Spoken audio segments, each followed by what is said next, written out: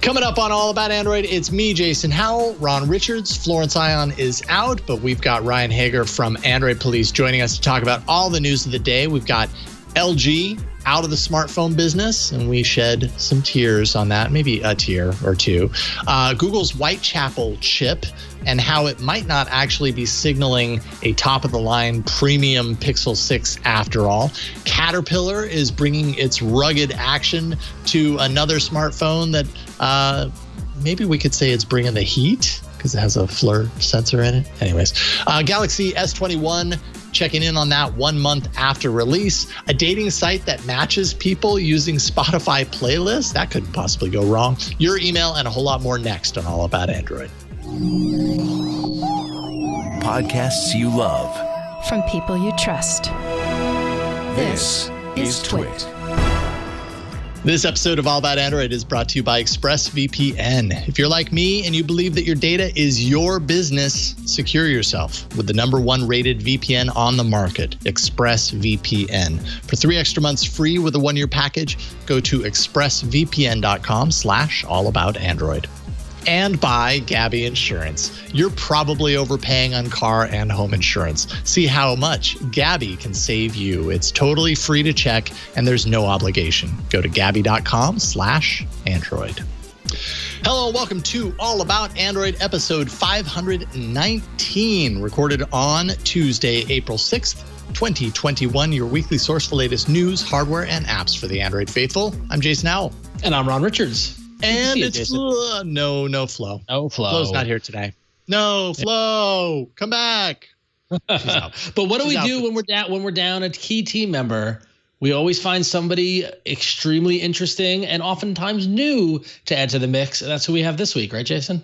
That's right. Welcoming to the show. And it's another one of those situations where I'm like, I really can't believe that we haven't had you on sooner. I'm sorry. I apologize. I'm repenting at this point because I'm super psyched to have Ryne Hager on the show from AndroidPolice.com. How's it going, Ryne? Pretty good. I'm having a good evening. Excellent. It's about to get a lot better with little Android. All you can ask for is a good evening to be made better with Android. It's true. It does. That's what we try. Yeah, that's what we try anyways. Tell us at the end if it was better or worse than the evening you had before it. But we'll cross our fingers and hope for the best. Senior editor, I should have said, at Android Police, also known as some guy at Android Police. I'm some guy. Yeah. Okay. You found somebody to replace Flo for the evening. Well, actually, I invited you on specifically, like I came across your name with a story that we have in the top news block. So that's how like my memory was triggered. And I was like, okay, this is perfect time. We got to get Ryne on because you have some interesting takes on one of the stories that we're going to talk about right now, Burke, in the news. I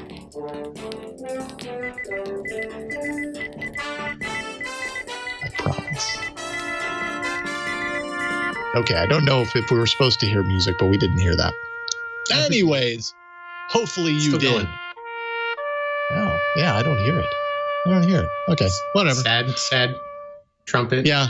No? They're leaving me out. That's okay. They're ending me the way LG ended itself. That's right. Unless you were living under a rock, you probably already know that LG has announced that it's officially exiting the smartphone business.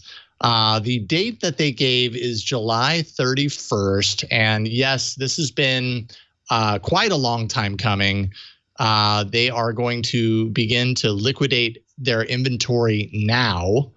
I don't know what that means. Does that mean like flash sales all over the place? You'll be able to get the, probably selling it to discount, discount liquidators, like that sort of thing. You'll be able to get LG phones for a while very cheaply, I would imagine. So yeah, I am down for a $300 wing. Just saying.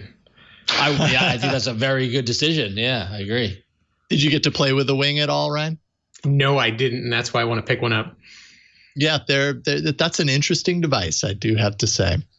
And that's the shame here, which we can talk about, but is just kind of the innovation of LG, especially in the last couple of years with some of these kind of more experimental device designs. But LG did announce current handsets will be supported with Android 11 rollouts continuing.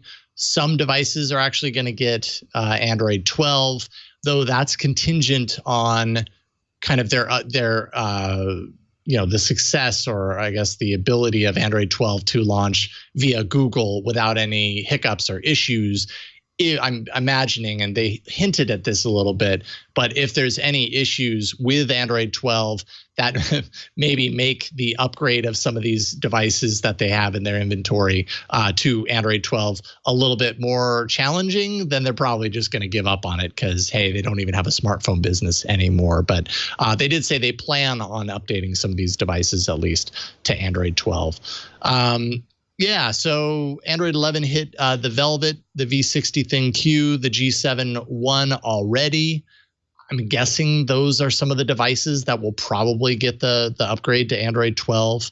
And yeah, 6 years of quarterly losses. That's what we've been staring at. That's a long time to take losses. That's hard. That's like, Gil in The Simpsons, the car salesman who's like, I just need one more quarter. It's gonna be okay. It's like they think that we'll turn it around. We're making headway. It's, oh man, that's rough. 6 years. That's a long time. So then, Ryan, do you obviously it was a long time coming. Are you surprised this didn't happen sooner, or how do you feel about this? Honestly, I was expecting this to happen last year. I think that LG's been ready to go under for quite a while. Like you say, they haven't been making any money.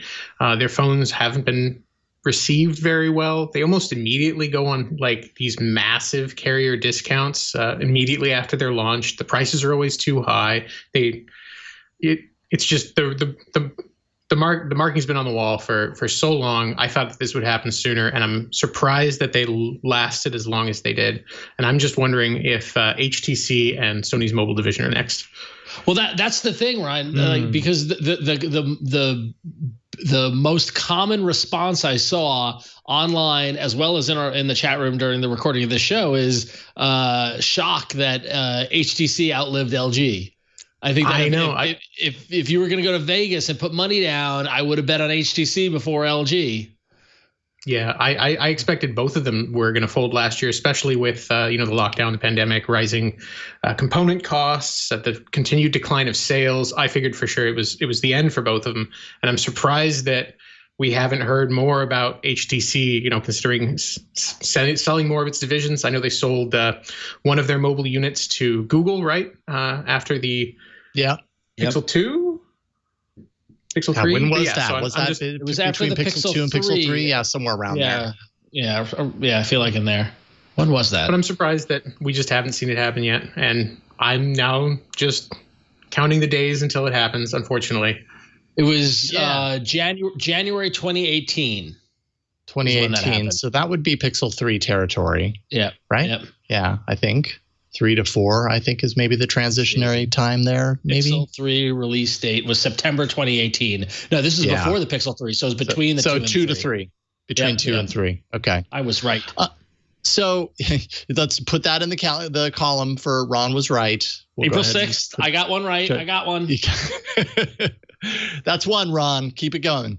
So what you're saying, Ryan, kind of makes me a little sad because LG, while I will admit that there were a lot of the later phones didn't capture my imagination. I know they captured someone's imagination. I know, friend of the show, Juan Bagnell, he's been on many times. He's a super fan of LG. I actually saw his video, and he's obviously he would be pretty bummed out about this news.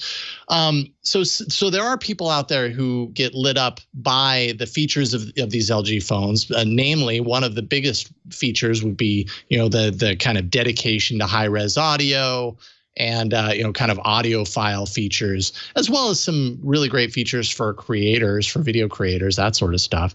But yet, it seems like LG could never really capture the imagination of more than just that group of people that would care about those features. And I'm just wondering where is this a failing of the market to recognize the value of LG? Or is this a failure of LG to market itself properly? Like, did they do a bad job of marketing themselves? What do you guys think? I'm not sure. Yeah, I'm not sure it's a marketing issue necessarily because, I've seen LG ads. It's not like customers didn't know they were an option. They're in all of the carrier stores. They have carrier partnerships. Yeah. People see them next to the Galaxy S whatever and the iPhones when they're going to go buy a phone. The issue isn't one of marketing. The issue is that, and this is a problem that I think we see and we don't really think about, and that is that the enthusiasts, the people like you and me and Android fans on Reddit that talk about, I want the headphone jack to come back and I want the removable battery to come back and I want expandable storage. We are not the driving market here. People are not going to buy these phones based on those features alone. And the things that consumers did care about, things like hitting the right price, I guess consumers don't really care about software updates, but LG's software is already like a little dated. It's not that great. I think that they failed to pay attention to what the mass market wants by trying to cater to people who want audiophile audio in a headphone for when they're listening to their audiophile grade headphones on the go, which is no one. Which is not many people. That's true. Yep. Right. Yeah, absolutely. The UI is definitely a place that LG phones would commonly kind of get a lot of pushback. I know I played with plenty and reviewed and tested plenty of LG phones over the years, and very commonly the UI was one of my big sticking points. It was just like, God, this just feels out of date. And I don't know. I guess they kind of addressed that with like the Velvet. Things felt a little bit better there. They were able to kind of tackle the UI, but I guess what that has me thinking is like these legacy ideas, which again probably don't apply to the majority of the population that may or may not have bought LG phones. But I know for enthusiasts, a lot of enthusiasts are never going to forget that their Nexus 5X boot looped, or they're never going to forget that LG's UI on phone after phone, maybe even years ago was horrible, and might not give them the second or the third chance in order to see if they've fixed it. And that was just like a legacy problem, at least with enthusiasts. I don't know how far it extends outside of that, but in that same group, after you run. Oh, within that same group, the Update Center. You remember that? When they built like a whole, they bragged about building a building for updates, and then it didn't change anything. Oh boy. Yeah. That's a hard promise to make. You got to back it up. Ron, what were you going to say? No, I was going to say that's the thing is that like the UI stuff and the feeling the phone gave you when you went into a carrier store, the LG phones just always felt a little less than whatever they were next to, right? And they were always next to the Samsung phones and then the Pixels and things like that. And so, they had a brand recognition by LG by making pretty good washer dryers and microwaves and things like that. So like a lot of people bought them because they recognized the brand and they recognize the logo, and life is good, right? And like that sort of thing. But I never felt good using an LG phone, in the same way that you felt good using other phones. And that's a je ne sais quoi that you can't really put your finger on, but the UI had something to do with it, and just everything about the way the phone felt and was designed always just felt a little off. So. I would agree with that, especially to the extent that like when I think of it now, LG as a brand, when I use the LG phones, and obviously not all of them, and in a second we'll name our favorite LG devices if we happen to have them. But most of the time when I was using an LG phone in previous years, in like recent years, I would get the same feeling out of LG phones that I would get out of Sony phones, where I use them. I know that Sony has done a good job of building a device here. Like it's a nice device. Its design is nice.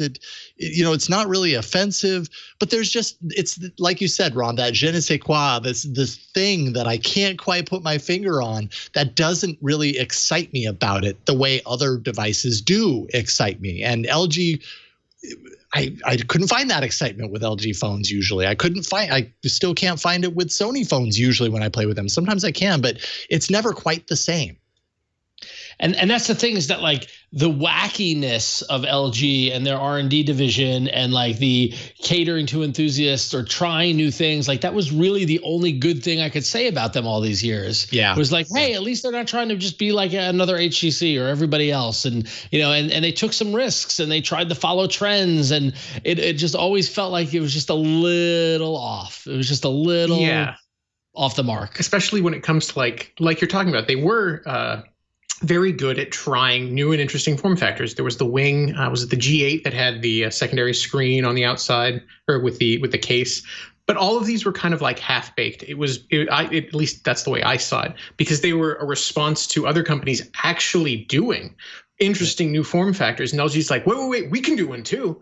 And it's not like they actually put any thought into making more than a handful of, frankly, gimmicky features that take advantage of it. It's not like Samsung, who, I don't know if you've played with the Fold 2 with the totally revamped multitasking UI that even Google is now copying for Android 12. Yeah. So clearly Samsung's doing something right, but LG's just, we can do it too. And I think you nailed it on the head, that it was gimmicky. Like you would get the phone, you'd play with it, and then I never got an LG phone that I wanted to replace my daily driver with it. I'd be like, oh, that's neat, but you never saw the killer app. You never saw the, oh man, I need to use this phone all the time now because of this. It was always just like, oh, look at this wacky thing, and that's it. Look at the Friends, the LG G5. Remember the Friends that you would slide out, and it's like, okay, I give you props for trying something new, LG, but it's just, I don't know that's the new that I'm looking for. Yep. But I mean, even Project Aura flopped as far as that's concerned, and that was along the same lines. So maybe that's not an LG thing. My poor modular phones. I do love my modular phones. I wish that worked. Yeah, that was your beat there for a while. It was. So before we move on to the other big news, I thought it would be fun to kind of go around the horn. And I know for a fact that we can all list at least one LG device that we would consider our favorite. But I want to give you the chance to do it. Ryan, what do you think? If you had to choose an LG mobile device, what's your favorite one? I'm glad you're letting me go first, because there's only one LG device I like, period. And that was the Nexus 5, because LG had as little as possible to do with it. That's the device that I knew we would all at least have one answer for. Well, I'm assuming, Ron, you're right there with Ryan. Well, that's the thing. I've got to give two answers here, because the Nexus 5, Ryan, you might not know this, but we here at All About Android have created the Android Hall of Fame, and the first phone to make it into the Android Hall of Fame was the Nexus 5, because that was a perfect phone. It was fantastic, and it had little to not the 5X as being shown here on the video side, no, but the 5. I think I went through like 3 or 4 of them, just because I broke the glass on one and like stuff like that. But like even after it was no longer, even once the Nexus 6 was out, I went back and found an old Nexus 5 and used that, because I just loved that phone. That phone was fantastic, and it had nothing to do with LG other than the fact that they manufactured it. So I'm going to give a split answer, and I'm also going to give my second favorite to the LG G5 modular, because that was right at the height of the modular insanity. And even though Project Aura flopped, it never shipped. LG G5 modular phone shipped, and modules were out there. You could get those. You could get that extended battery. You can get that camera. You can get that VR attachment. Like they went for it. They tried. And so I'll give them credit for that. So there it is. Yeah, fair enough. Give them credit for that. Obviously, I have to go Nexus 5 as my favorite Android phone by LG, or at least had LG's name on it. I don't know how deep that collaboration went with LG. But now that's the 5X. You keep scaring us with the 5X. That's the opposite of good, Burke. Just FYI. But I have to name another one, and it's not a device that ran Android. It just happens to be one of my first phones that wasn't a totally dumb phone, and that was the LG Envy, which I linked to the Wikipedia article in the spreadsheet just now, Burke. But that was like, I guess, was this Sidekick era? I'm imagining it probably was Sidekick era. It was like a candy bar phone, but you could flip open the top, and then you've got a screen on the inside with a keyboard on the bottom. That was God, my girlfriend had one of those in college. Yeah. Jason, that was post Sidekick. I mean, this phone came out in 2008. Okay, so that was Sidekick was 2005. I mean, Android was it out at this point, or no? It wasn't out of that yet. Oh, I think it was pre-Android, right? But this is definitely pre-Android. But this was the phone that I had leading up to Android, and I think I linked to the NV2, and I meant to link to the NV, which is the first one. A link, you just went like that. No, it's right here. It's right next to it. There you go. Here, I'll put it over here too. Just the LGV, right? There you go. That should work. But LG NV, and then there was the NV2, which was a follow up. Yeah, that's it. So the Sidekick was 2002 to 2010, and so so right at the tail end of the Sidekick era. Got it. Okay. That was one of my earlier phones leading into Android, and I could do a lot of things like change the ringtone on it to anything I wanted. That was amazing. Cool. But I had to. It was like a whole hacking. Like I had to hack into this thing in order to do anything like that. You had to trawl through forums to find the people who have figured it out and everything. Get your hands around that thing. I mean, you know. It's like ginormous. It was an awesome phone. That was I think CNET. When I was working at CNET, I was using that phone all the time, and I thought I was cool because I had that phone. Anyways, it's too bad anytime any manufacturer, especially a manufacturer like LG, exits the marketplace, it removes the pressure for competitors to innovate. Basically, I don't know how much impact a company like LG has on the marketplace as far as that's concerned, but considering all the things that they've been doing lately with those wild form factors and everything, I think that's a loss. And so whether or not I truly care so much about their phones or like to have one for myself, I do care about the fact that their influence is gone out of the marketplace now. And what you said, Ryne, as far as HTC maybe following in their footsteps, and who knows who else, like that would be even worse. Like if suddenly all of these manufacturers disappeared, what is the marketplace then? Where does it innovate, and what's lost in that? I don't know. Yep. So, but we do have other news here. And Ron, you got it. We sure do. So our friends over at 9 to 5 Google had an exclusive last week that the upcoming Pixel 6 would be running Google's own Whitechapel chip for the first time. The report was by Kyle Bradshaw, and it mentions documentation that was previewed as I clicked away that proves the news and is codenamed GS101, which could stand for Google Silicon, who knows? And it's aiming for a fall release for Raven and Oriole, the code names for the Pixel 5a, 5G, and the Pixel 6. And Sundar Pichai teased about this in an earnings call last year about a deeper investments in hardware, which could be an allusion to this. And I'm sure we're all aware of what Apple's doing with their M1 system on a chip processor in their devices lately. But Ryne, you wrote all about this. So what more can you tell us about Whitechapel? Like, do you think that this is actually going to come bear fruit for the Pixel 6? Is it something that we're actually going to see? And is Google going to own their hardware a bit more at the processor level? Well, we're going to have to see, because specs for the chip, if they end up being accurate, did leak last year when we first found out about Whitechapel in, I think, like April of 2020. And we knew at the time that it was going to have some new ARM cores that weren't even released yet, a couple of other things. Right now, because they're working with Samsung, it kind of seems like this could just be an Exynos rebadge. Although Google at the time, Google didn't say anything, sorry. At the time last year, we knew that some custom silicon tweaks were happening. Google was going to have a few changes specifically for the Assistant and some always-on components that presumably are different than whatever Samsung's doing. And the analysts I spoke to said that it was unlikely that it was just going to be a straight rip of an Exynos chip. They're doing some chip-level customizations, or they would just use an Exynos. But I do think we are in for a bit of a surprise, and maybe not quite what we're expecting. Because my biggest expectation going forward is that, whenever we hear about custom silicon designs from companies like Qualcomm or Apple, we hear about these leapfrogging improvements, big benefits and big gains. I'm not sure we're going to get that here. because there's no custom core. So far as we know, if the information that's leaked so far is accurate, these are just ARM reference designs on top of whatever base Google's building. So think more high-end MediaTek, low flagship, high 700 series or low 800 series Qualcomm. Is that smart?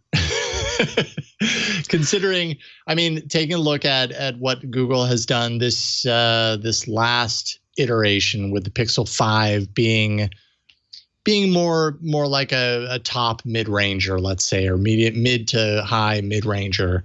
Kind of sounds like from what you're saying, Whitechapel is kind of following in that direction, saying, okay, well, the Pixel 6 is probably going to be in that general range as well. It's just going to be based on a system on a chip that Google had a hand in building, not necessarily an upgrade. Like, is that smart of Google at this stage when it already kind of has some challenges in creating devices that are going to capture the imaginations of a lot of people? I like Pixel devices, but really the Pixel users are pretty small minority in total Android ownership. I mean, is that problematic? Yeah, it is. Yeah. So it could be a good move. It depends on how many units Google's able to sell. And historically, Pixels don't sell very well. So the big advantage to doing your own silicon is if you are buying from Qualcomm, and of course, these details are secret. We don't know the particulars behind how much the company charges per chip, but it is rumored that Qualcomm is really price gouging these recent high-end Snapdragon chips. And they dropped the price last year on some of the 700 series chips, which is why we saw so many phones with the 765 and the lower 700 series. But these high-end chips, the 888 and presumably whatever follows, are going to continue to be pretty expensive, I would assume, especially as we're in the middle of the chip shortage. It's only going to get more expensive, not less. So if Google's rolling its own, they're able to sort of amortize their costs out over however many units they sell. So if it takes them a ton of money to develop this, but it ends up working out to just a couple bucks per unit, they save a ton compared to buying from Qualcomm. But that's not the case if they can't sell enough units. And historically, Pixels sell like a couple million, and that's not enough. So it depends on how heavily customized this is. If it is like literally, and the analysts I spoke to didn't think that was the case, but if it is literally just an Exynos rebadge, then they're basically just buying chips from Samsung, and it'll be no different than them buying from Qualcomm, except maybe they're saving a little bit of money. But if it is a truly custom chip, as the people I spoke to seem to think, then Google really needs to increase its volume in order to make this worthwhile. And that's the thing, is that maybe, like I could see a case for both. Like it could be a rebranded Exynos, and now Google is saying the phone is 100% Google. Like they're saying like we own the chip. Like it becomes more of a marketing play, right? But then if they go for the total custom one, they either are planning to reach that volume or are willing to take such a crazy bet in the story that it tells, and competing with Apple and doing that sort of thing. Like it could be a loss leader for them, essentially. If they see the net result in the story, they might not even care about the cash, because they're Google. Yeah. They have, how much money they have, so much. And they've even said that as much about, Pixel, or you kind of alluded to that. We don't consider too deeply the like overall sweeping success of Pixel devices. We're not looking to be like the #1 hardware seller in the world. Although, maybe they are, and that's just their public facing kind of comment about it. Of course, they would love to sell a lot of phones, but they have mentioned in the past that their intention is not to dominate the smartphone space with their devices. So maybe that translates over to here as well. It's kind of like, oh yeah, it'll be what it is, and that's good enough. It doesn't have to compete toe to toe with the iPhone on performance. That's not the point. And then the other question is where you see other applications for this sort of chip. Could they introduce more hardware that leverages it? Who knows? But they could have creative ways to get to that volume. Well, I think that one of the analysts I spoke to said that that could be something that it ends up being used for if the bins aren't very good, or if Google just has too many of these chips and needs to throw them somewhere. They could disable the big cores and toss them in something else. The smaller ARM cores that are in it are kind of similar to like what's in the Chromecast with Google TV. We could see Chromecast running GS101, but who knows? Yeah. Well, yeah. If you just have a ton of chips sitting in a warehouse, you figure out, put them in everything. Put them in the watches. Put them in the Chromecast. Put them in. Right? Like what was the Moto wearable that ended up with the chip that was in the Galaxy Nexus? Yep. Yeah. I forgot. Yeah, no, but that was one of them. Yeah, this could be the same thing. So yeah. I think some of the news that I've heard or read about this also mentions Chromebooks as well. So definitely a little bit of Chromebooks. Cross-pollination across their other hardware efforts. Yeah. And again, look at what Apple's doing. Look at what Apple's doing. Like that. They're taking that investment and applying it across their hardware. So. Yeah. And this could just be the beginning as far as that's concerned. One of the analysts I spoke to thinks that we have Apple rolling custom silicon. We have ARM rolling out a whole custom chip program. You remember the X1 from last year? They're going to start helping OEMs make custom ARM-based designs. I think the days of single chip companies like Intel and to a lesser degree Qualcomm may be over soon. If the costs come down far enough for development so that this is feasible for Google to do, just a few million units, why would anyone buy from Qualcomm? Yeah. It's interesting. It kind of seems like that's the path that's being laid right now, for sure. Yeah. Modems are still a problem, but right. Yeah. Even Apple hasn't been able to make a modem yet, but I can make a modem. What's wrong with you, Apple? I make modems in my sleep. I got this sweet 2400 baud that fits in my backpack. So I roll old school. I'm more a 300 bauder myself for my phone. Who needs every text message that comes through? It's like all my text messages are sent via Z modem protocol. So yeah.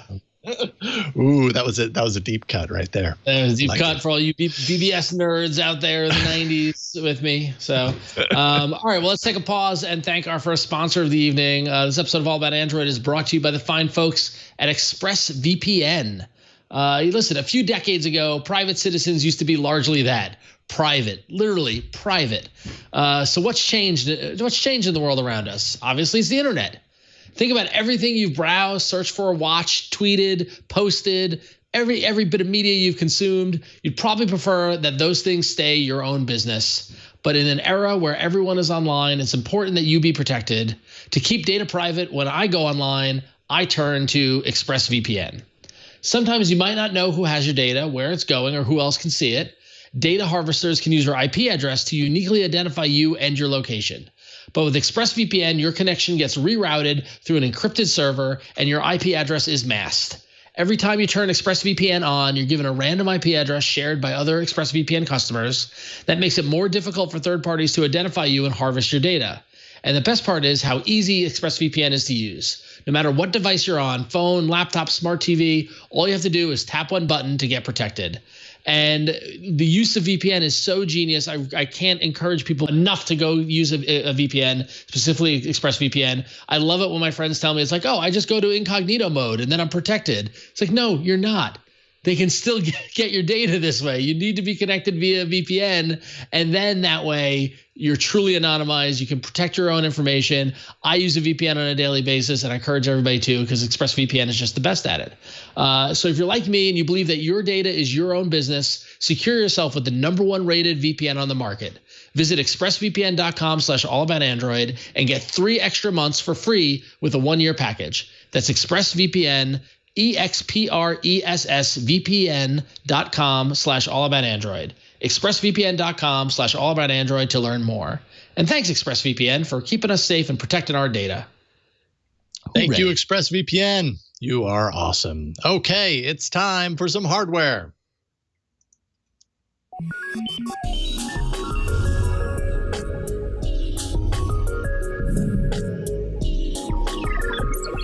All right, so this is our weekly check-in on Casio news, which is, It's a theme that everybody's waiting for every week. It's like, when are we going to get to the news on Casio?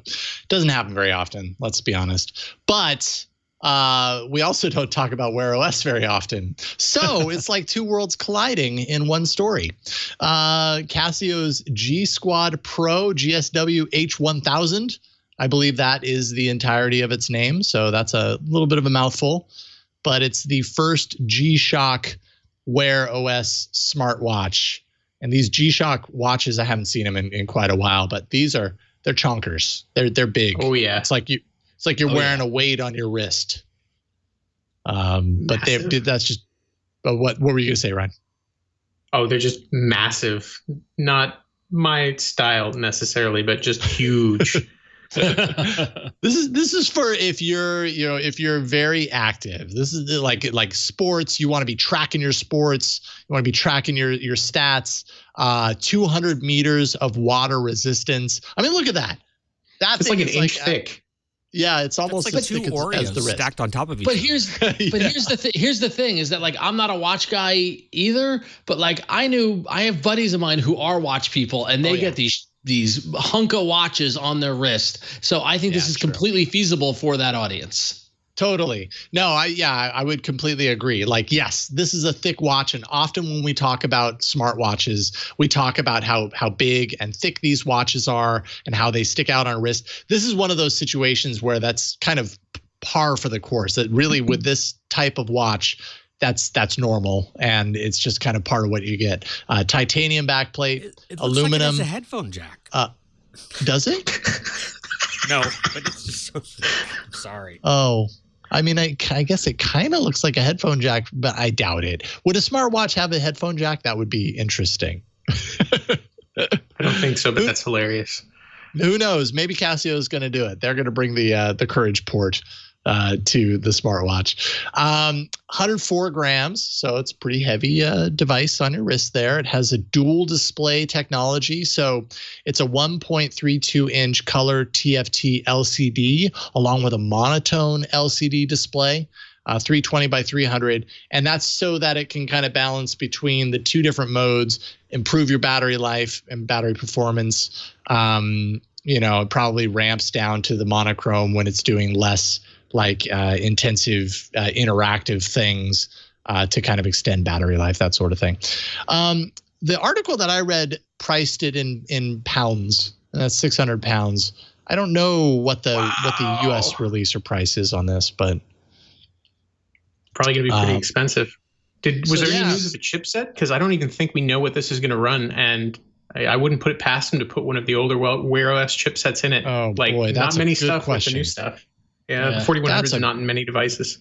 If it's a pounds to dollars, that's $829 US dollars, which I think paying $830 for a watch is insane. So yeah. Ooh, for a smartwatch, that's gonna. It's got to be. It's got to be so smart that it can like babysit my kids at that rate. That is one of the big challenges, right? Like technology, and especially like Android technology, these operating systems are not permanent. Like they do not last forever. And there is a time with like most watches, you can buy them, especially if you're paying a lot of money for a nice just wristwatch, and that's like an heirloom that can be passed down from generation to generation if it's built well enough. These smartwatches, they only have a certain amount of time before they kind of burn through their kind of current usefulness. Maybe support changes, maybe it slows down over time. So I don't know. You got to kind of ask yourself. do an upgrade program with their Wear OS device? Oh, that's right. They did. The year before.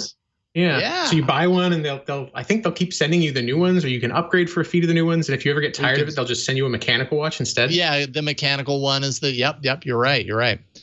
Okay. So now I'm finding the US price, $699. Yeah. So that's right.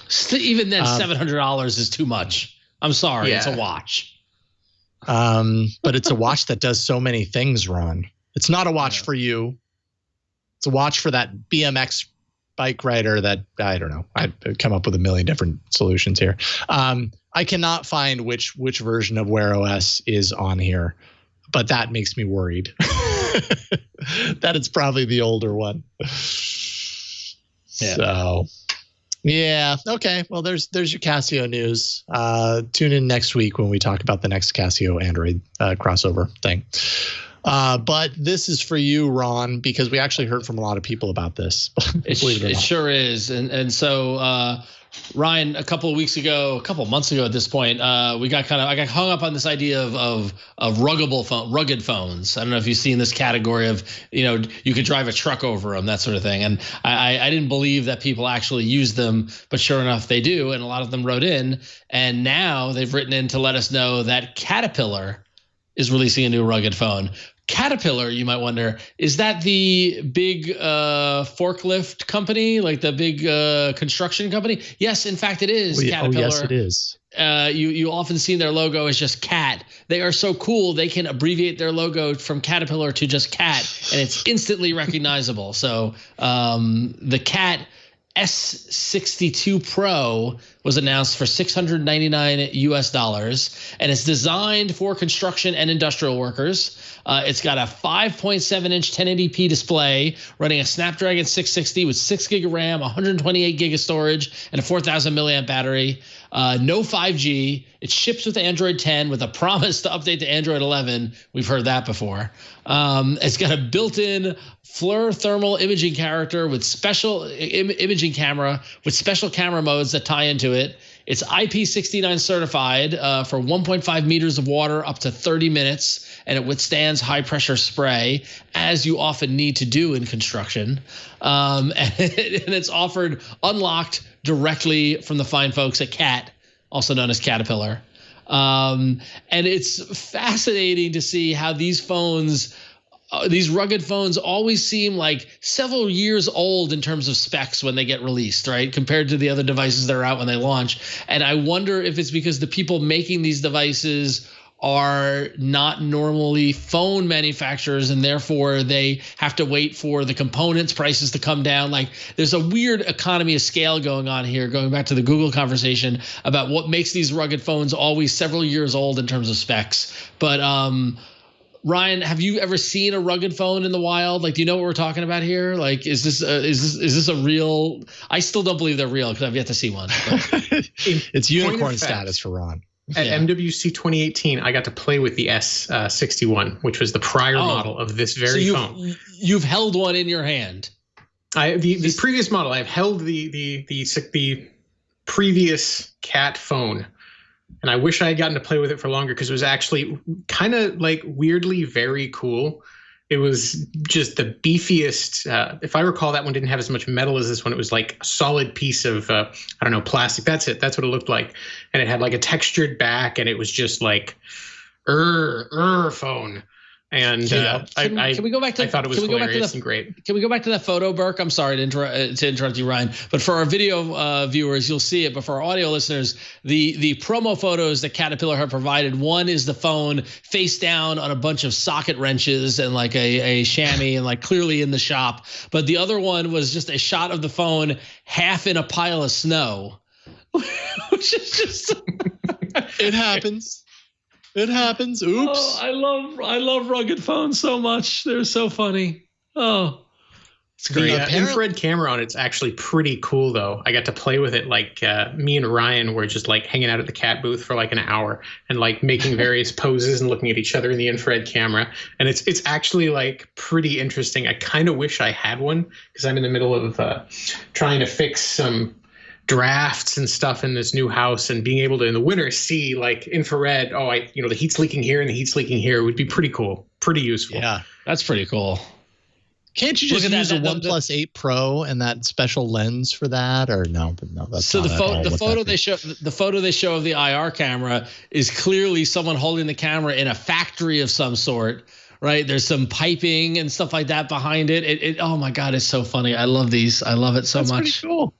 Yeah, apparently the old version, the S62 Pro that you played around with, Ryne, had the ability to measure air quality and distance, and those sensors are not on this newer version. So maybe that means the S22 Pro is the one to get over this one. But well, I got to say that if you are working construction and you're looking for the flagship rugged phone at $699, this Caterpillar phone might be the one for you. And I got to say, looking at these photos, it doesn't look like a rugged phone. Like, it just looks like a pretty cool phone. Like it like the other rugged phones sometimes have a lot of the rubber and all that stuff around it and that sort of thing. But this just looks like a rugged phone. So if you are a more well-to-do construction worker, the new phone from Caterpillar might be the one you want. So and you may not actually even need to be that well-to-do. I don't know if prices have come down. They may very well have, but those FLIR, I don't know how to pronounce it, infrared cameras, they sell them also like as a separate thing. They're kind of expensive. So like this may not actually be that much more than just buying one of those. In which point, if you have a work phone, might as well make it this. There you go. Yeah. So actually, Robot in chat just linked to the FLIR 1 Gen 3, which is a thermal camera attachment for smartphones, and it is $199. So, okay, they are cheap now. Then that's pretty cool. $200 for a USB-C attachment. Also have it for iOS, it looks like, as well. But yeah, there it is.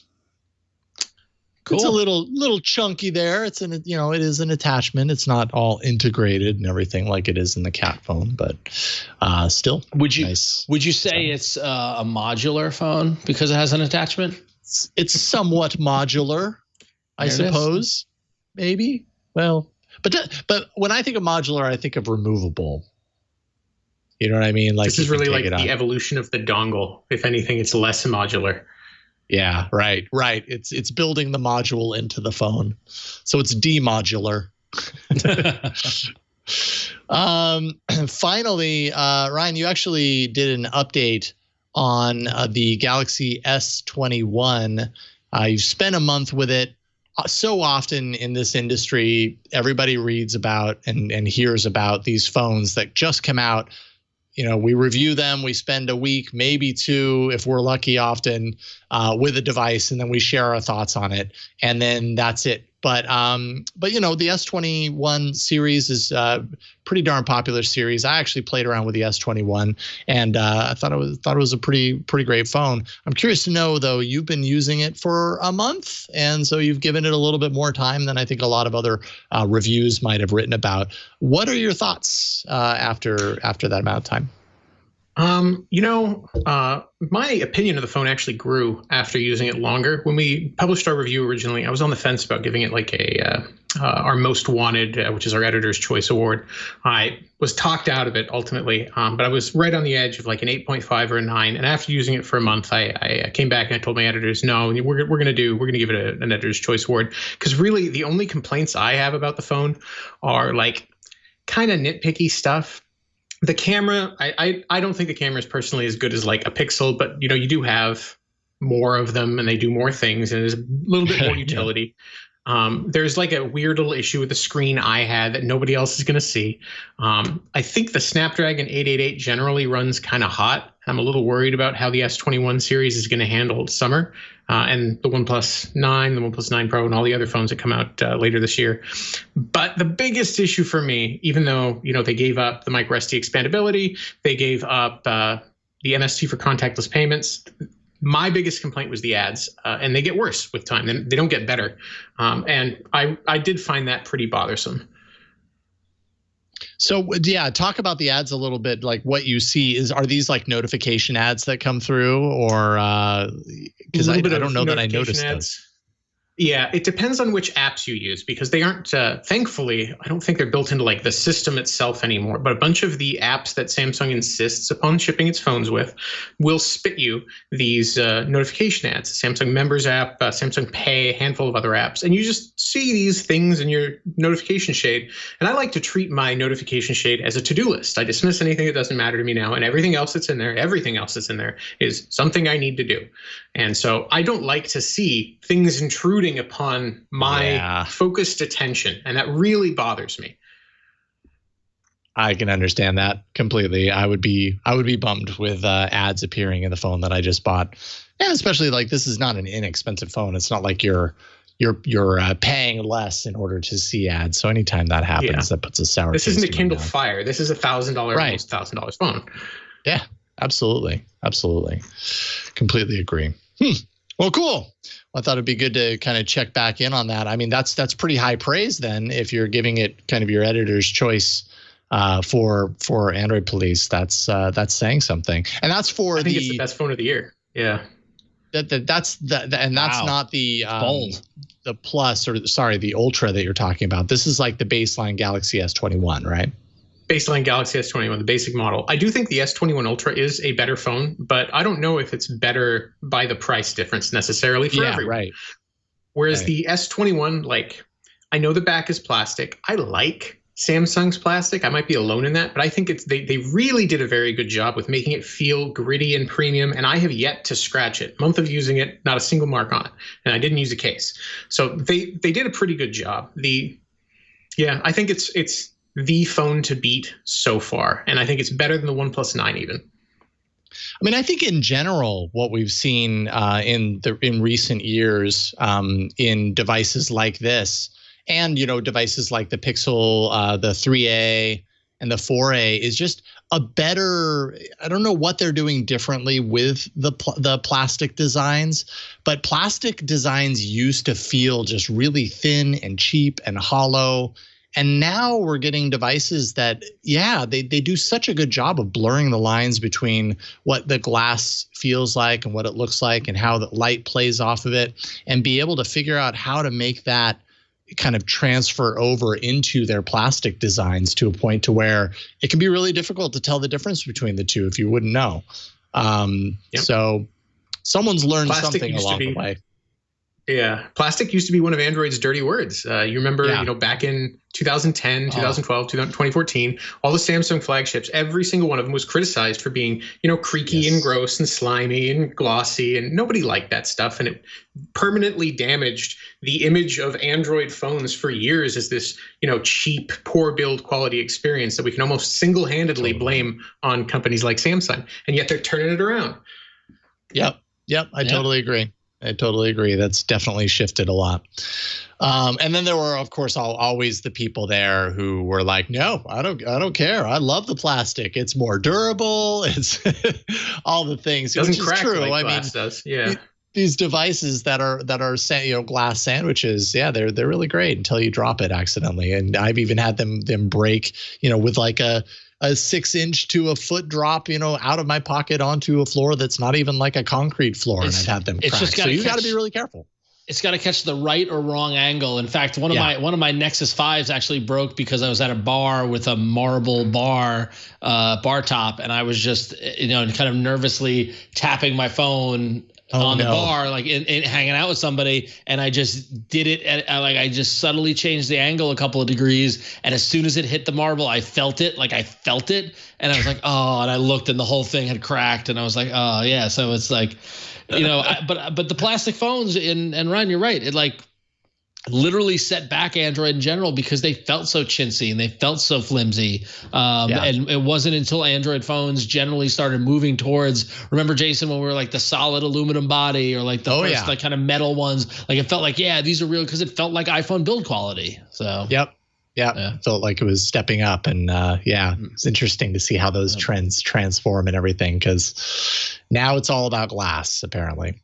And in some of these phones coming back to plastic. So there you go. 9 out of 10. That's a pretty solid score for the S21. Read so far at AP. Right on. All right. There you go. Check it out for yourself. AndroidPolice.com. Let's take a break. Thank the sponsor, and then we'll get into some. We've got some pretty cool stuff in the app block to talk about today. So we'll talk about that in a second. But first, this episode of All About Android is brought to you by Gabi Insurance. And here's the thing, you're probably overpaying on your car or your home insurance. You might feel that. Sometimes figuring out whether you are is just such a pain in the butt. Like going through all of these different sites and having to fill out all these different forms in order to find out whether you are paying too much, or even talking to calling them and spending your time talking to them in order to get to the details that you need. If you don't have the time to deal with all that, there is technology that helps you find the absolute best deal out there. And that's Gabi.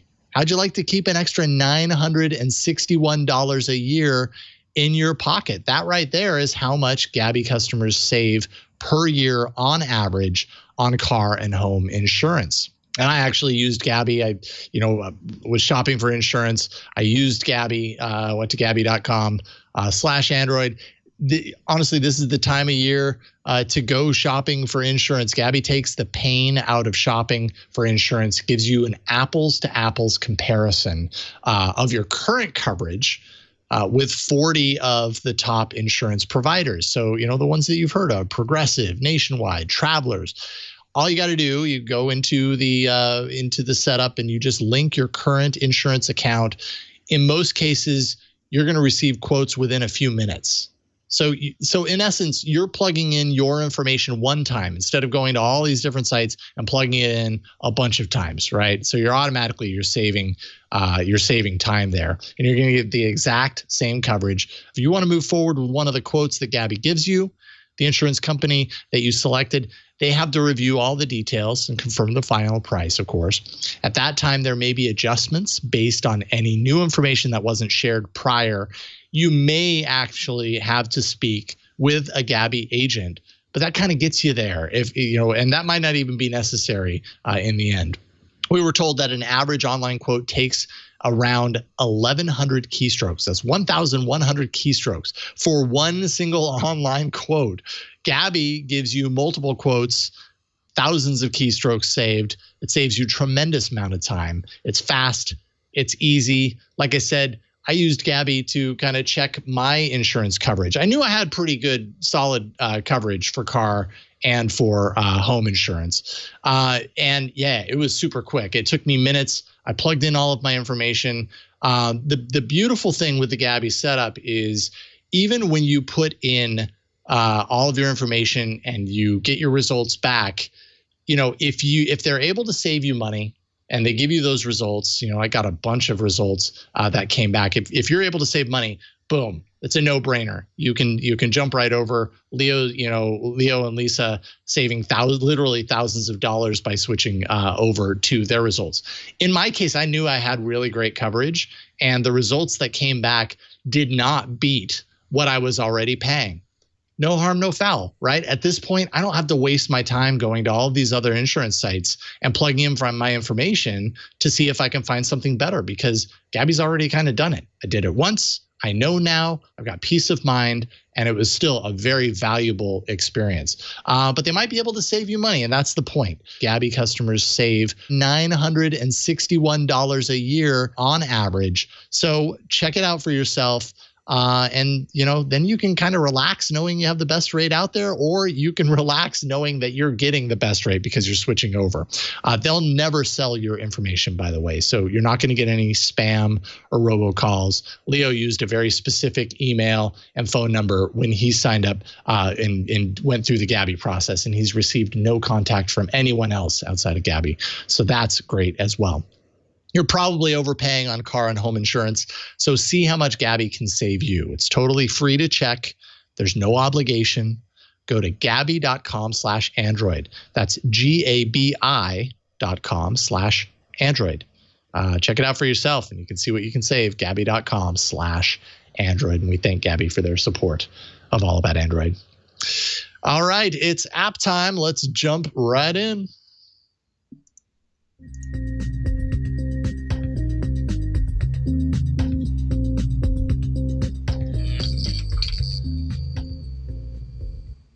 All right, Ron, if we could take a look at our app block and see the apps that appear the most over the years, Google Maps is probably near the top.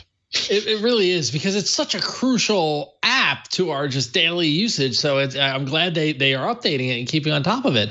But here we are this summer, we're getting promised new Google Maps update with lots of cool features, including my favorite and yours, augmented reality. The new Google Maps features will feature AR indoor live view navigation, as well as new layers for air quality and weather in collaboration with the weather company and airnow.gov. New grocery delivery integration to see pickup delivery windows and delivery providers for certain stores and fee and order information. I wonder if they're going to tie that to shopping list. If you're listening to last week's episode. And then also a new route planning model that analyzes which roads are moving more efficiently than others for saving gas and carbon emissions, which is fascinating because I use the route planning all the time because it's like I want to leave on this day at this time and I want to avoid tolls and all that sort of stuff. So any more intelligence they can put behind that is awesome. The grocery delivery integration and stuff like that is like, it's similar to the, Uber integration and like car sharing and and this is my concern. And I know the great thing about Google Maps is that all this stuff you can flick on, you can flick off, you can use it, don't use it or whatever. But I will have to say, like, I have run into recently, searching for a nearby Shake Shack. The integration often takes over from the search results, right? And so what happened in this case was I was in the New York City metro area and I just typed Shake Shack in and I was looking for a specific one, but instead it picked up that I was searching for a brand that was integrated and gave me their curated list versus the one that was nearest to me, which isn't the best user experience. I don't like that. So I do worry about Google Maps getting a little bloated in this regard, but air quality, weather is a great thing. I love the weather. So I don't know. What do you guys think of these updates? Do you think that these are necessary or fluff? No. I mean, I think that the route planning that analyzes the roads and, makes for a more energy efficient route, I think that's actually really cool. That's super usable for, whether someone's driving a gas guzzler or an electric vehicle, like that could be super, super handy. That could actually make a difference, in some way in a person's bottom line. So I think that's pretty neat. Importantly, it can make a difference without you having to change anything. I think Google said that when the feature rolls out, it'll just be automatic. If there's two different routes and one is shorter, good. But if they both take the same amount of time and, the hills are different on one and it changes how much gas might be used, it'll direct you to the more eco-friendly route by default. But you can opt out if for some reason you want to burn a bunch of gas for no reason. Yeah, I'm thinking of like certain streets in San Francisco that are suddenly going to be way emptier because people are navigated up this like super steep street in San Francisco anymore. People would be like, oh, finally things have changed. That's really cool. That's the way to do it too. Like, why not? If the two are similar, but one is more eco-friendly and Google knows this, like, of course it makes sense for them to just do that by default. They're making a lot of those kind of default decisions behind the scenes anyways. So that makes that's great to hear. Some of this other stuff like grocery delivery, I never use grocery delivery, so I don't know how useful that is. But you're right, Ron. It runs the risk of kind of getting overfilled with so much functionality that it kind of ends up losing itself. I don't know. But we'll see. I mean, you got to see. They do a good job of, for the most part, they do a good job of getting that stuff not to get in your way unless you want it to. So I trust them. I mean, it's the gold standard of map apps, so I trust them. Robot in chat brings up a really good point. If Google is analyzing its routes to know which routes are less or more eco-friendly, let's say with like, steep hills and avoiding those, that sort of thing, that could be really handy for biking navigation. Robot says, I hope hill mapping will be added to biking navigation. That actually makes a lot of sense, right? If you're navigating for riding a bike and you want to avoid the steep hills if you can. I'm actually surprised that Google Maps doesn't do that already. But in point of fact, it does. So Google Maps, if you do a bike route right now, it'll show you the elevation for each route that you select. So you can compare. I don't know if you can like tell it to choose the one with the least elevation gain, but between the routes, when you set a destination, it'll show you like 2 or 3 different ways to get there. When you select them, it'll show you the elevation changes so that you can choose one that's like not too much for you. Oh, okay. All right. Well, that's part of the way there then. Sweet. Yeah, I love maps. I'm sure a lot of fun. The AR maps. Indoor live view navigation, that thing would be handy. That's one of those things that I would probably rarely think to use if I was indoors somewhere. But if I remembered, it would be cool, and it was supported wherever I happen to be. Some airports, man, that would come like really in handy.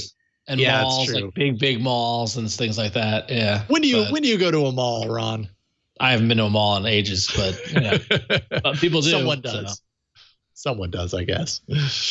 Okay, I thought this was interesting. I was scouring through your articles, Ryne, and I came across an app that you wrote about called, is it Vinally? I think it's Vinally. I don't know. I actually spoke very, very briefly to the CEO after I did the post. She was like, hey, I saw you were really critical of my app. And yes, but I think it's Vinally. Okay. So this is a dating app, but it's a dating app that uses Spotify playlists for matching, because that's the best way to match between two people is the music that they like. What did you find out about this app? So as you say, it uses like your Spotify data. It's supposed to be able to match you based upon the sort of music you listen to. And even during the setup process, it asks a few things like, are you into a specific genre? Are you into certain types of media?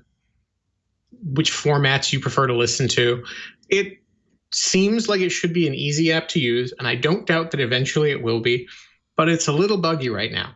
Because, for instance, I'm into some like pretty niche indie, like slow stuff. I have odd musical tastes. You can ask Flo. We swap playlists. But it was pushing me towards like people into My Chemical Romance and not really my jams. So I'm not sure the app works very well.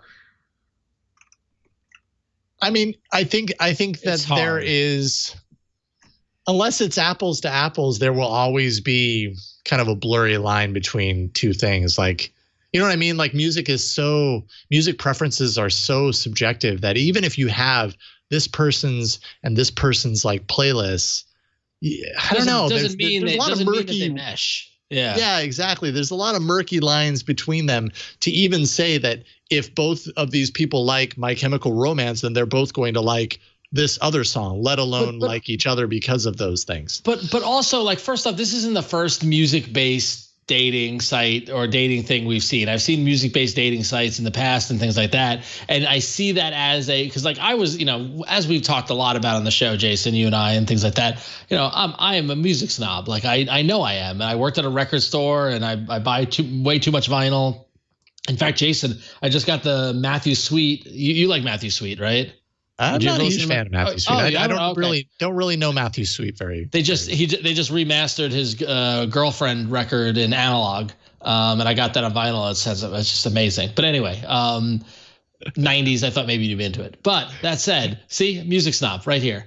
But case in point, I am married to a lovely woman. We are best friends and we are great partners and parents to our children. And yes, we share common interest in music, but 9 times out of 10, when I walk in the room, she is listening to something that I would never be listening to, and vice versa. Right. And so like it's a nice starting point, but it's not what relationships are built on or depended on. And it's funny because I used to go by like, it's not what people are like, it's what they like the old High Fidelity kind of maxim where like you can only be friends or date somebody who's got really good taste in music or whatever. It doesn't matter. It doesn't matter. Yeah, it doesn't I'm sure if Flo was here, she would be saying how great boy bands are and things like that. And everyone's entitled to their own thing. And I see the pull of this as like, well, I'm into music. I want to find other people into music and that sort of thing. But it's so much more. So yeah, definitely. I suppose for the people who would consider music to be the most important thing for them. I used to be like that. I live it, I breathe it, and all I want in this world is to find that woman that loves the band Godflesh. Or I only throw that out because when I met my wife, when I met my wife, I found out that she went to a Godflesh concert, and I was like I was more in love with her at that point than I was before, because when I was younger, they were one of my favorite bands. Super obscure, but at a point in my life, that meant a lot to me. Now, maybe less. Like I realize that's a component, right? Totally but there are the same. Totally the same. When I was active in a music scene, and you could only imagine, like, anybody who listened to anything but the music the bands we saw and all that stuff, like, were just laughable. But now it doesn't matter. You know, my wife likes folk music. It's fine. Yeah. It's fine. Hey, there's good folk music out there. There is. Oh, I know there is, and I listen to some of it, but it's not what, you know. Yeah. So she listens to a lot of Fleetwood Mac, let me tell you. So. Oh, okay. I like Fleetwood Mac. Yeah. All right. We're look. I don't. Oh, speaking of music snobbery, okay. Jason, a band I know we both like, in My Bloody Valentine, right? Yeah. They just last week I woke up and they had announced that they re-released all their records because they signed to a new record label, and now all their catalog is available on streaming, which it previously wasn't. But I got up to go. I got up to go buy the analog mastered version of Loveless, and it was sold out, and I wasn't able to get it in time. But I did get their first record, Isn't Anything, which is the only record I was lacking on vinyl. So, yeah, that's going to ship in May. Love them enough, Ron. I love them so much. They're so good. So good. They are good. They are good. Did you happen to ping Cortana about the availability of that vinyl? I sure didn't, sir, because I knew that Microsoft was going to kill it at some point. But I know we played the funeral music earlier for LG. I don't know if Bert can pull it up again. I can't hear it if he will. But Microsoft has officially killed Cortana for Android and iOS. The time of death was March 31st. And Cortana launched in November 2018, which, Jason, I feel like it was longer ago than that. I felt like that too, but that's what I read. Yeah, that's strange. But and they announced they were going to close it in July 2020. So here we are, less than a year later. Cortana is no more. The grand experiment by Microsoft. Right? Remember back in the mid 2010s when Microsoft was scrappy and they were doing crazy stuff like this, and now they seem to have. Like, what happened to Microsoft Garage and all that fun stuff? Like, I feel like they've moved away from playing in Android, right? You, by the way, you were right. There's the music. Oh, I can't hear the music. Yeah, I can't hear any of the playing. Music. It's weird. You can trust me. I trust them. All right, I'll trust you. Maybe my ears don't listen to music anymore because I used to listen to Godflesh. That's probably what it is. Check out Finally. Ron, you were right. Your instincts are right. Cortana launched on Android earlier than that. I thought that was weird when I read it too, but I was like, oh, but it says it right here. Apparently it was 2015. So August 2015. All right. So yeah, that makes more sense. That feels more right. So they gave it a good 5-year-ish chance, if not a little bit more. And Cortana just didn't work. Didn't work on Android. Didn't work at all. I think Microsoft's kind of phasing it out, right? Yeah. I think they've announced it's going away for everything except for, is it still even going to be built into Windows? I think so, but it's not. They're not even doing it on their headphones anymore, right? I had heard that it was just kind of going away across the board, but it could still be with Windows as well. I'm not really quite sure. See, that's the thing.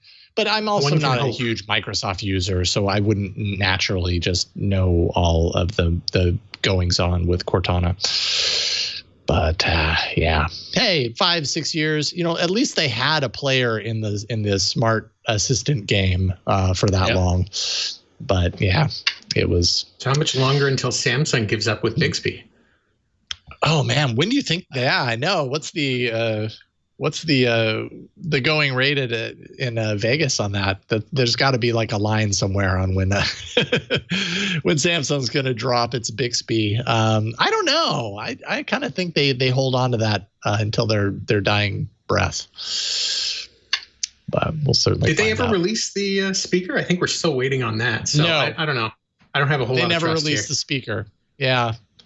Yeah, well, and that's true because on recent devices, they've become more open to kind of Google defaults as opposed to Samsung defaults on certain things. So who knows? Maybe in a phone coming soon, it'll default to Assistant, and you can set it for Bixby if you like. But yeah, something tells me that's not going to happen anytime soon. They might be holding out for Google to cough up some dough for it. Yeah, well. They would need that at least. All right, we're going to check out a few of your emails up next. And it happens now. We're going to check your emails, AAA@twit.tv and 347-SHOW-AAA if you want to leave us a voicemail. But we got emails on today's show. Mike in Dubai writes in, speaking of Samsung, says, during last week's show, Joel wrote in about leaving Android for iPad for iOS. I just went through the opposite. I bought an iPad 3 to 4 years ago for similar reasons. When my Surface died and I needed an interim replacement, I went in with an open mind and ultimately went with the Samsung Galaxy Tab S7 Plus. The not even that old iPad was crashy, multitasking was kludgy, and wouldn't work with my work from home setup. The Tab S7 Plus, albeit on sale, came with a great keyboard case, has a stylus I actually find better, and all in was hundreds less than an iPad Pro similarly spec'd. The only hole that Apple really fills is the 8-inch range.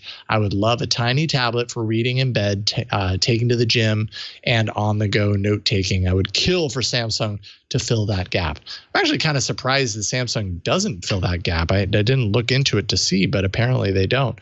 The 8-inch tablet. I think they make older tablets that are around 7 or 8 inches, but nothing as recent as the S7. But I might be misremembering. I mean, that makes sense. It seems like, and I'm sure Samsung would be no different from other manufacturers who were making more Android tablets and have cut them back. And I have to imagine because iPad just, a lot of people turn to the iPad when they think of tablet. They don't think as much about the Android tablets anymore. So maybe it makes less sense to make all of the different sizes and everything. But I did play around with the Tab S7. I think the one that I got was the S7, not the S7 Plus. And it was a pretty fantastic tablet. It was just, a little expensive for that fantasticness. And, when you compare price against what you get for the iPad at the similar price and everything, I just think a lot more people are going to end up opting for the iPad over what Samsung's doing with the tablet. But it's a nice tablet. For as far as Android tablets go, I really liked it a lot. So let's see here, Ron. You have something else on the Samsung. I do. I feel like this email section is all Samsung related, but here we are. Not the last one. Not the last one, true. We go back to, actually, it was we'll get to the last one. We teased the last one earlier in the show, but didn't tell you. All right, but this next email comes from Marlon. And again, I love the rugged phones. Marlon says, I can't believe that none of you have ever covered the Samsung X-Cover Pro. I've always had two things I would not compromise on. Those were an SD card, currently using a 400 gigabytes SD card, which rocks, and a removable battery. I've been hanging on to a very tired LG V20. There's your LG mention. I was on my second V20 in about 5 years. So Marlon got the Samsung X-Cover Pro. He says, I've yet to test how rugged it is, fingers crossed. I've been using it for about 2 weeks now, and I'm thoroughly impressed. It has a beautiful screen, although after the V20, I suppose it doesn't take much to excite me. The battery is awesome. I haven't even needed the second battery in 2 weeks, and I don't even charge it every day. The V20 was being charged every few hours, although all my replacement batteries were pretty tired. Turns out there is an X-Cover 5 that just came out on March 12th, and there was an X-Cover 4S that came out in 2019. Removable batteries rule, and it's less than $500. And I got to tell you, browsing the Samsung website at this X-Cover, the Galaxy X-Cover Pro, not only is this a rugged phone, this is a handsome looking phone. And I find it amazing. And for our video viewers, Burke, if you scroll down, they are targeting, Galaxy X-Cover Pro was built for frontline workers, like good positioning there, and the whole website is designed around people in the field. One of the nice touches to this is you can keep your gloves on. The enhanced touch capabilities. If you're working in a outside environment or somewhere where you're wearing protective gloves, you can keep them on and use your phone, which is amazing and works even in wet conditions. This phone is fascinating. Marlon, thank you for bringing this to our attention. I completely missed this one, and yet in seeing it, I've totally seen it in use in places out there. I've seen people holding a phone that looks like this. I just never thought about it. One thing, Samsung, you should definitely, when you're trying to get a rugged phone, don't get a model in there. Like that guy isn't even dirty. Yeah, it's a That good guy point. isn't even dirty. Yeah. And if you're gonna put someone in a hard hat, make sure that they've got like dirt scuff marks on their arms, please. Yeah, look, that safety vest. It's never never been washed. It's off. It's the a rack. little too clean. Yeah, it's a good point. Yeah, it's off the rack. Sorry. Yep. So anyway, well, Marlon, thank you for telling us about the X cover. If I ever get my chance to play with it, I'm going to check it out. But I had no idea Samsung was in on the rugged game too. So fascinating. Love it. I think what stands out for me more than anything else, removable battery. When's the last time we had removable battery? I didn't even know that was a thing on any devices anymore. Ryne, when's the last time you had a removable battery? Oh God, I can't even remember the last time I had a removable battery in a phone. G1 maybe when I I don't even know.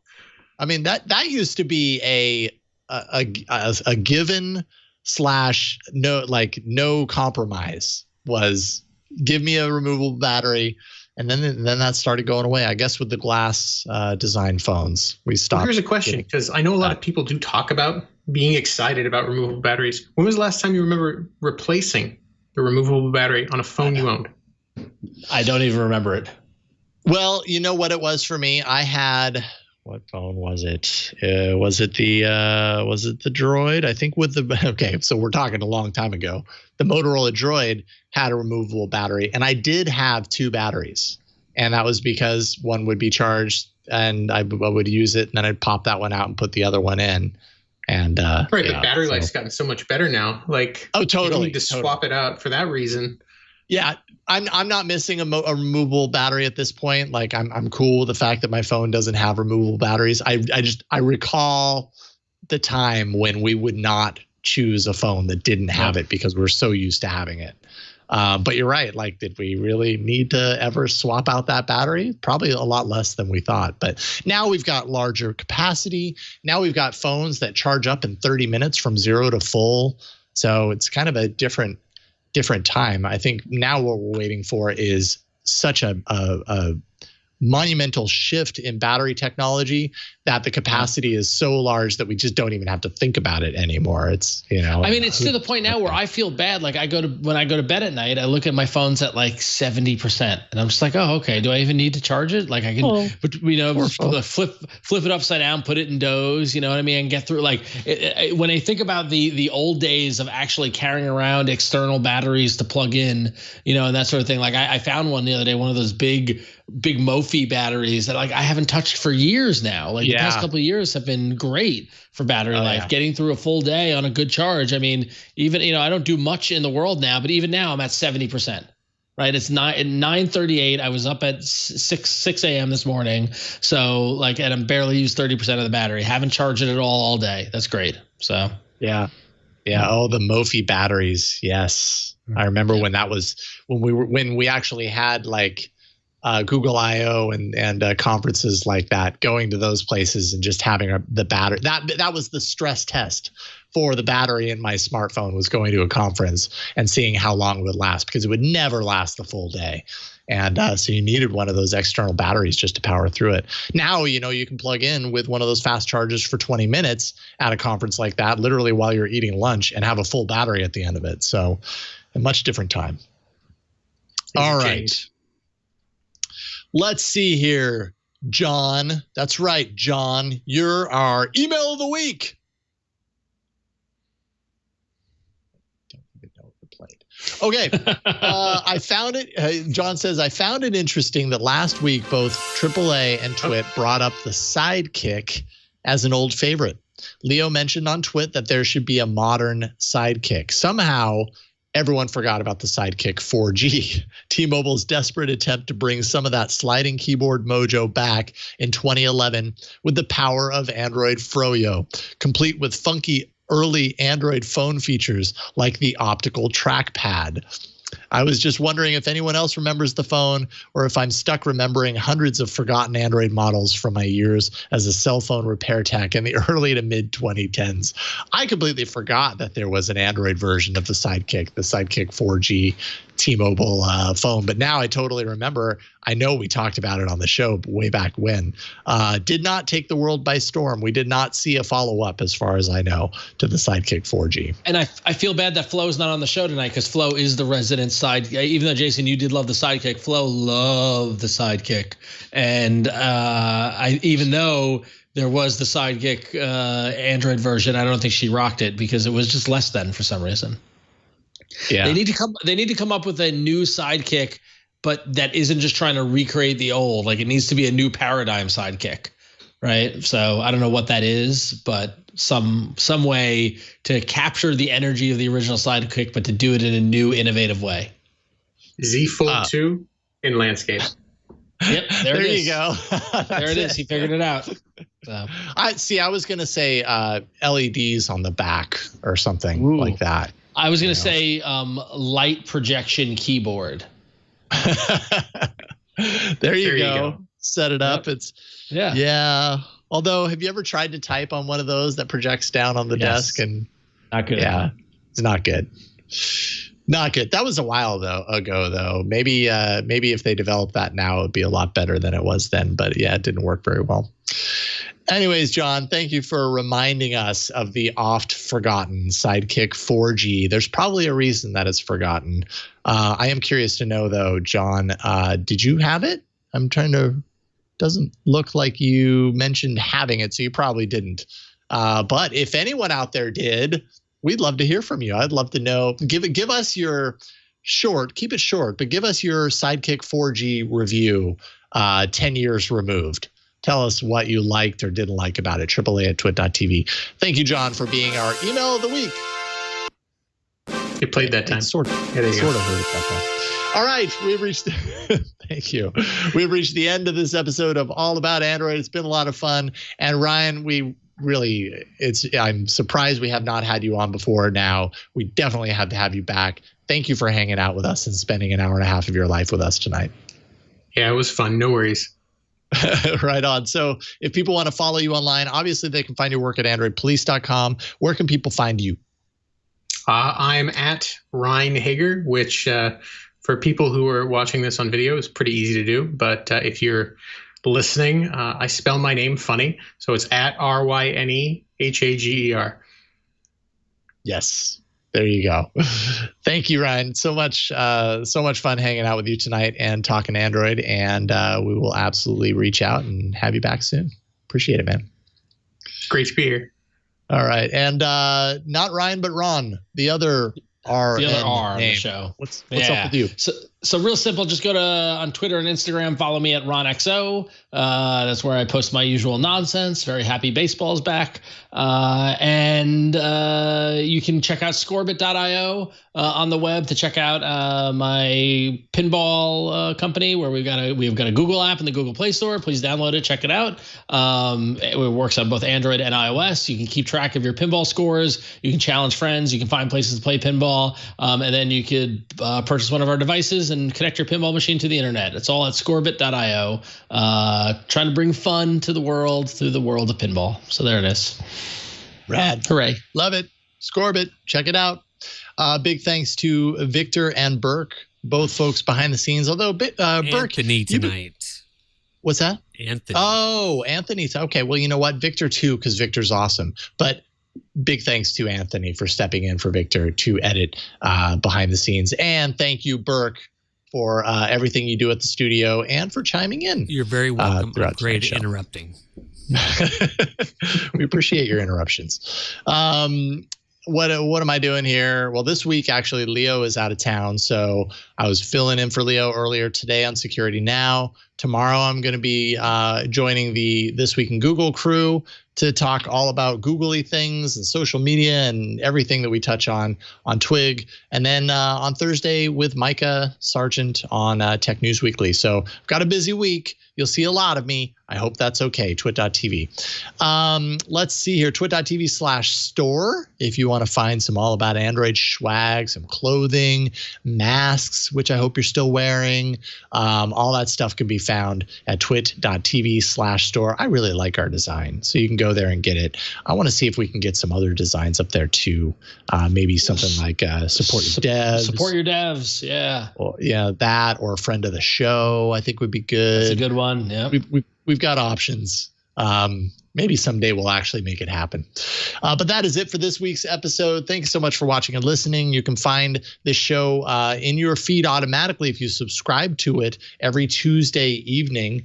And you can go to twit.tv/AAA to find all the ways to do that. Subscribe to audio, subscribe to video, jump out to YouTube. I don't really care how you do it. Just do it. And then, enjoy the goodness of All About Android when it releases. But that is it for this week's episode. We'll see you next time on All About Android. Bye, everybody. And bye to you, LG. We hardly knew you. Bye, LG. Hey, what's going on, everybody? I am Ant Pruitt, and I want to tell you about my show, Hands on Photography, here on Twit TV. Each and every week, Thursday that is, I like to sit down and share with you the best tips and tricks that are going to help make you a better photographer. And it's not always about Photoshop. It's not always about just having the biggest and baddest and bestest camera. It can be the simplest of things, like leave your eye open when you're looking through the viewfinder. All of these simple tips can really help step your photography game up. So subscribe to the show today. That's twit.tv/hop. And I look forward to talking to you soon.